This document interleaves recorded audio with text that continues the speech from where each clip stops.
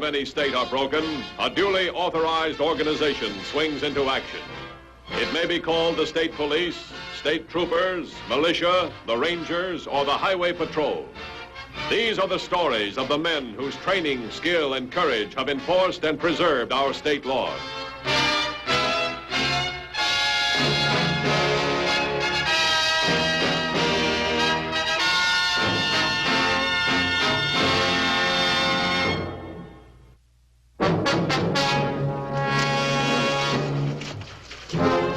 Among the most dangerous and unpredictable criminals with which law enforcement agencies must contend is the arsonist.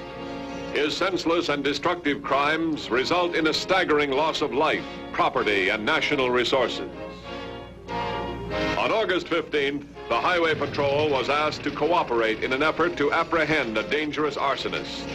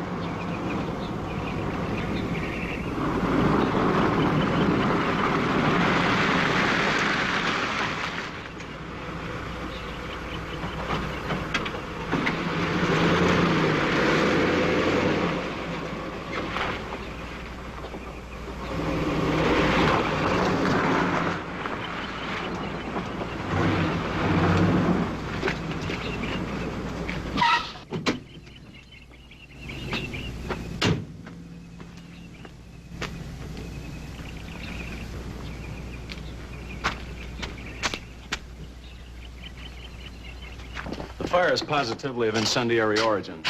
Start on the receiving dock, which sits on a concrete foundation about 11 inches from the earth. Here's a sample of earth we dug from under the platform. Smell it.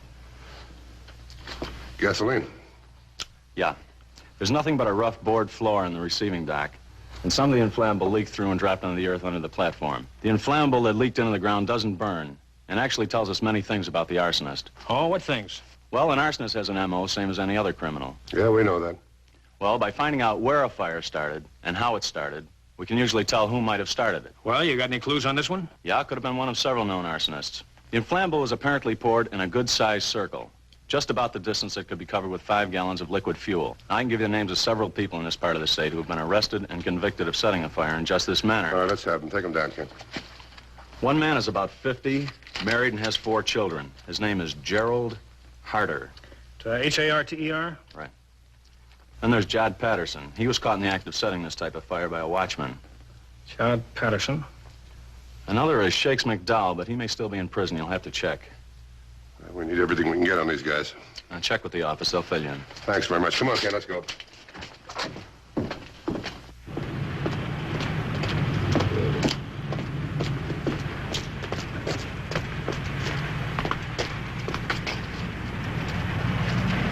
$21.50 to headquarters. Headquarters by. Contact Arson Division, Fire Department. Get me a rundown on the following suspects. Gerald Harder, Jod Patterson, Shakes McDowell. Any other suspects with the same M.O.? 10-4? 10-4. See ya, kid.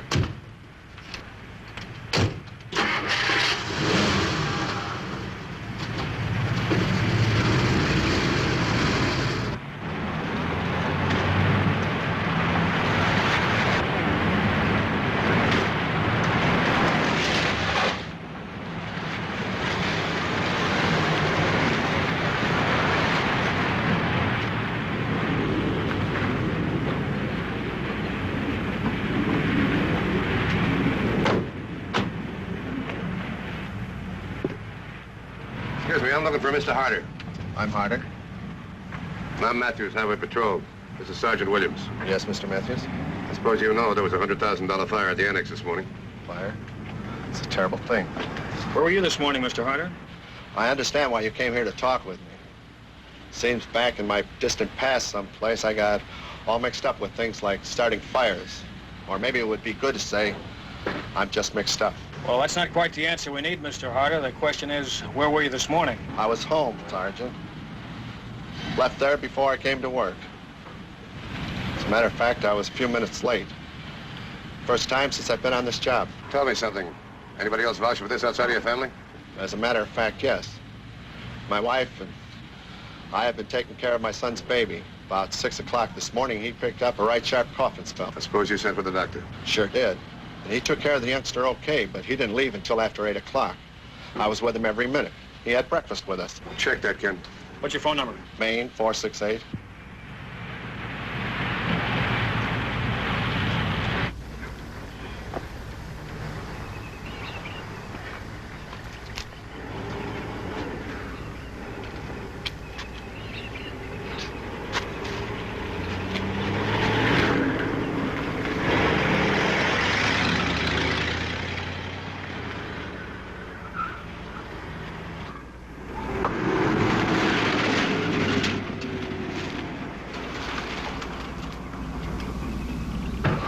Where are you bound for? Shepherd's Corner. You going there? About 2 miles this side. Want to go that far? Oh, you bet. My thumb's about worn out.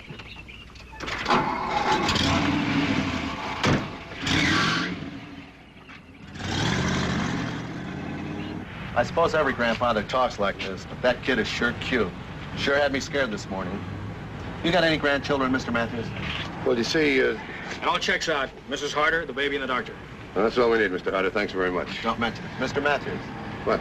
if somebody did set that fire, I sure hope you get him. So do a lot of other people. You know, this is one time I'm kind of glad the suspect had a substantial alibi. Yeah, I know what you mean. Who's next on the list? Judd Patterson, 224 Myrtle Street. What are we waiting for?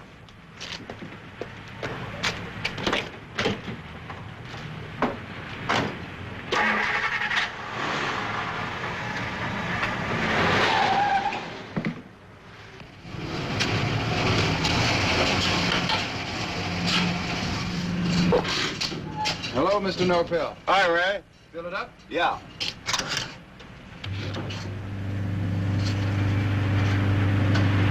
Got family in Shepherd's Corner? No, guy I knew in the service lives there. At least I hope he does. Where are you from? I just got out of the service myself. Been here and there, wherever the commanding general thought I was needed most. No family? I got a sister somewhere, but we don't get along. My mother died when I was 4 years old. My dad passed on when I was in the service. Mrs. Patterson, when did you see your son last? Yesterday, at noon, he was home for lunch. Mr. Matthews, you don't think Judd set that awful fire, do you? Tell me, does he do this very often? Does he stay out all night and part of the next day? No, he doesn't. Do you have any idea where he might be now? He said he might go up north and try to find work. He hasn't been able to get work around here since he was released from that institution about 4 months ago.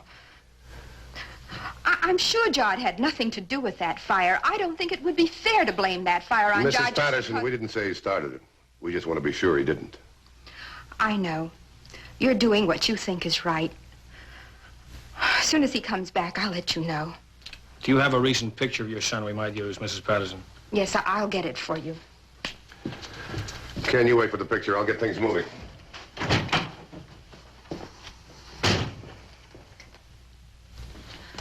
This is Judd. I'm sure that you'll find that he didn't set that fire. Oh, yes, ma'am. Thank you. APP on Judd Patterson. Arson suspect. I want to stake out at Patterson's house, 224 Myrtle Street. Have another unit check third suspect, Shakes McDowell. We'll case this neighborhood. 10-4? 10-4. Looks like I'm on my own. As long as Uncle Sam didn't feed me anymore, I got to get a job. You know where I can find one? I might. What's your name? Arthur Benson. Ever work on a farm? No. After that stretch in the Army, it doesn't sound hard to learn. I got a guy for a few days baling alfalfa. That is, he'll start baling as soon as I get this fan belt home. We could do with a little more help right now. Sounds good.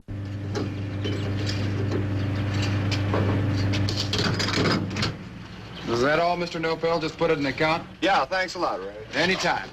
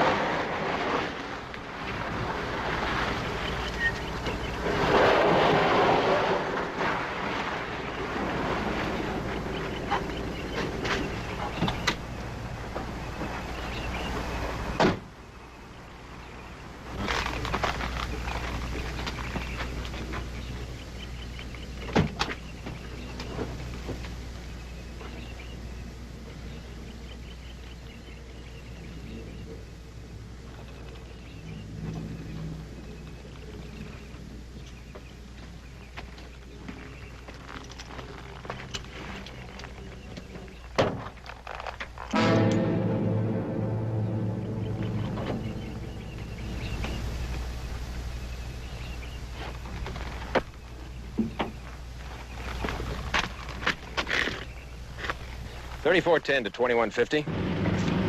2150 by. I just located the stolen car on this morning's hot sheet. I found evidence of an inflammable in the trunk. What's your 1020? Linden Road, off Highway 81, 12 miles from Shepherd's Corner. Send me a tow car and I'll bring it in. 10-4? We're on our way. 10-4?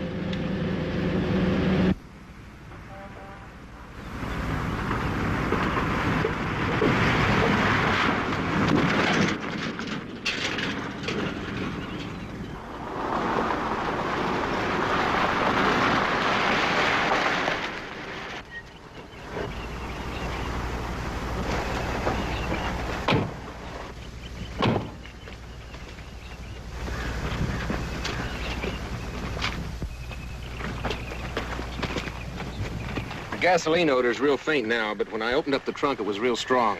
Look, here's some marks. Could have been a 5-gallon can. He must have thrown it away somewhere between the fire and here. Well, we got an abandoned car, a missing arsonist, a 5-gallon can, and a warehouse fire. What's the total? Chad Patterson, or at least his M.O. Well, one thing's for sure, he's a suspect. Figuring the time it must have taken him to get here and ditch the car, he can't be too far away. Well, he might have hitchhiked a ride with somebody. Yeah, unless he did have another car stashed somewhere. You think you'd figure things that far ahead? I'll take it easy. These guys are pretty smart. They put up a good front. Good enough to fool the average citizen. Well, if he does have another car, the roadblock should pick him up. Yeah, well, come on, let's go.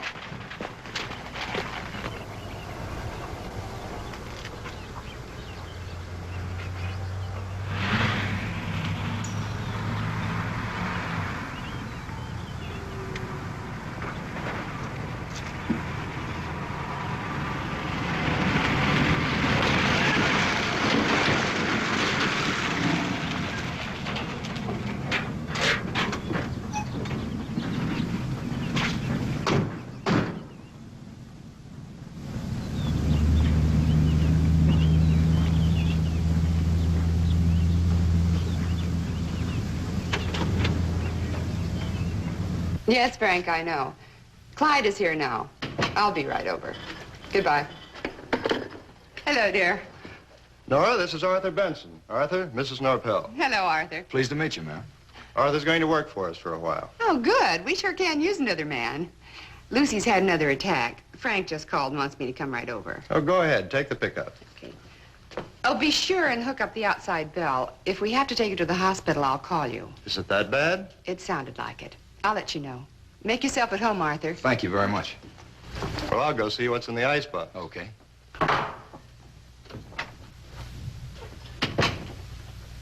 10-4. Well, that's a good alibi.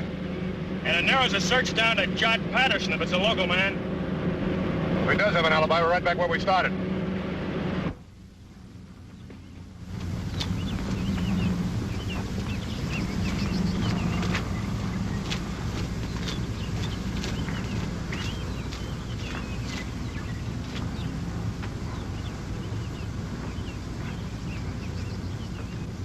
We do most of our business in Alfalfa. Why don't you take it easy? Look around and get acquainted with the place while I take this fan belt out to David. Okay. Oh, and watch the phone, will you? I'll be right back.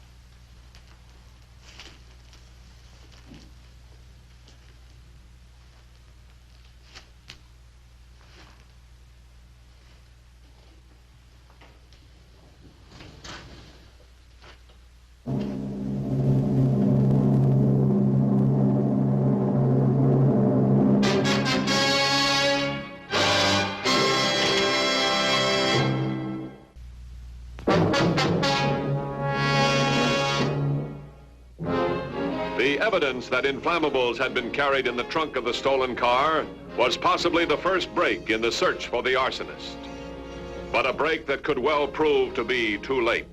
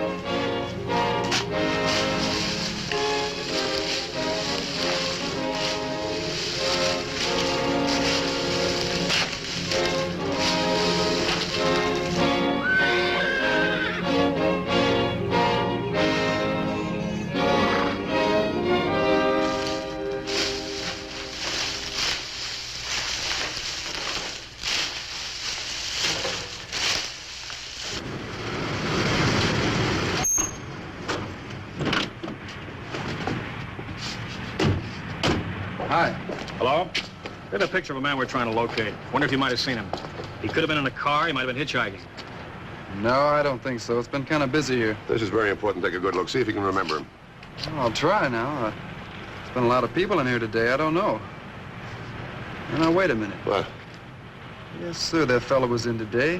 Now, let me see. Who was he with? How long ago? Do you remember? I couldn't rightly say. Tell me, was he alone or was he driving with somebody else or what? Oh, I'm trying to think. I got it. He came in with Clyde Norpel in Mr. Norpel's pickup truck, and I filled it up with gas, and they sat there and talked. Where's Norpel live? He lives on a farm about 2 miles this side of Shepherd's Corner. What's his phone number, you know? I think so. He's got a charge account here. Let's see. Norpel, Citrus 412. Thanks. What'd he do? Well, we just want to question him. How long ago was that?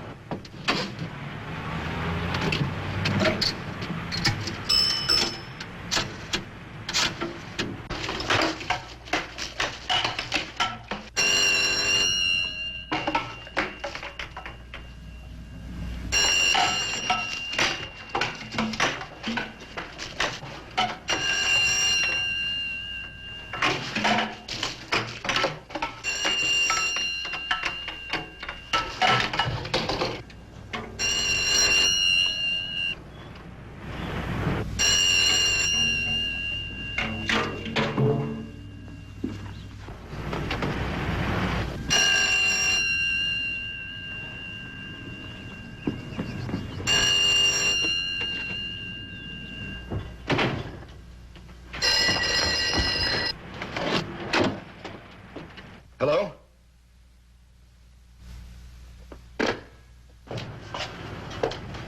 How do you get to Norpel's place? Let's see, you go straight ahead about 4 miles. You come to a dirt road near an orange grove, and you make that turn, you'll be in Norpel's place about 2 minutes. Thanks very much. All right.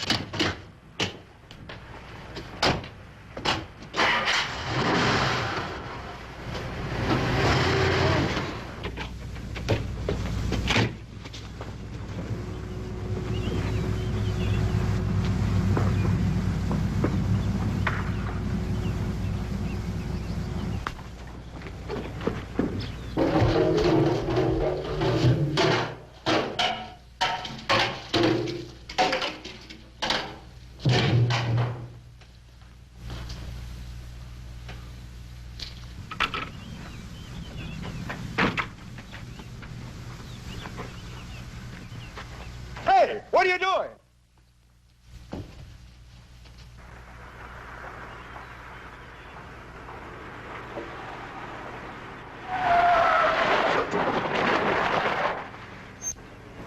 You think this is it? Well, we haven't traveled 4 miles yet. Service station guy said it was over 4 miles. Well, this fits the description of turnoff. Maybe we ought to go ahead. Yeah, we'll try it. If we don't hit Norpel's place in a couple of minutes, you call headquarters. Have another unit cover the other road.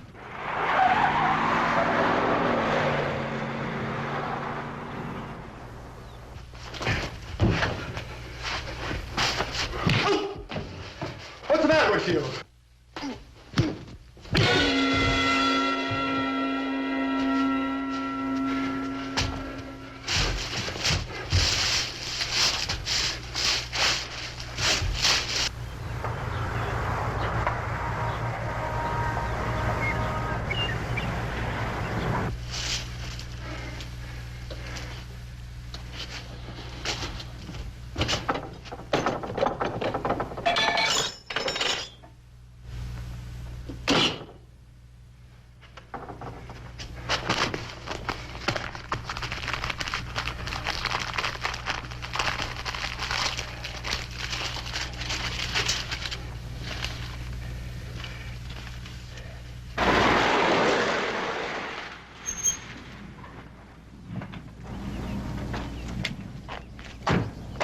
Looks deserted. Check the barn. I'll take the house.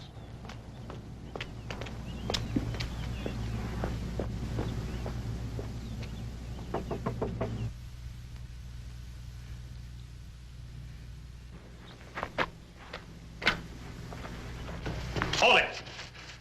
You hold it, mister. I know what you want. Well, you're not gonna get me. And you can't shoot either. Because if you do, I'll drop this in the hay and it's been soaked in gasoline and he'll be burned to a crisp. Well, what's your proposition? Get out of here. Get in your car and start going. You're out of sight before this burns out. I won't set fire to the barn. Well, that's all right with me, Jot. I'd just as soon get in my car and drive away. You don't mind if I ask you just one question, though? You better make it a short one. Well, how do I know you won't set fire to the barn as soon as I'm out of sight? Well, that's a chance you'll have to take, and you haven't got much longer to take it. Okay, I'm going. Oh, by the way, we saw your mother on the way out here. She had a message for you.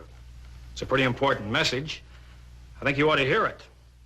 You see, she was worried when you didn't come home last night. Get out! Get out of here!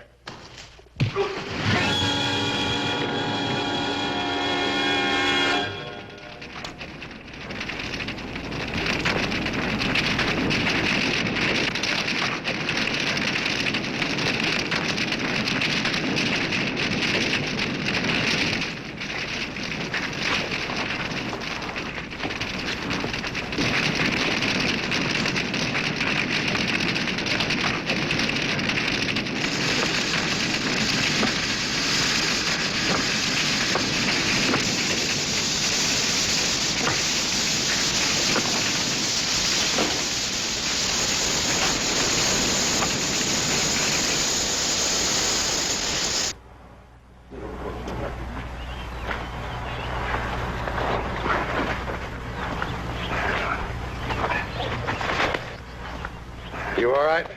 I guess so. He wanted to burn down the barn and me with it. Why? Well, I don't know. Maybe a doctor can come up with the right answer.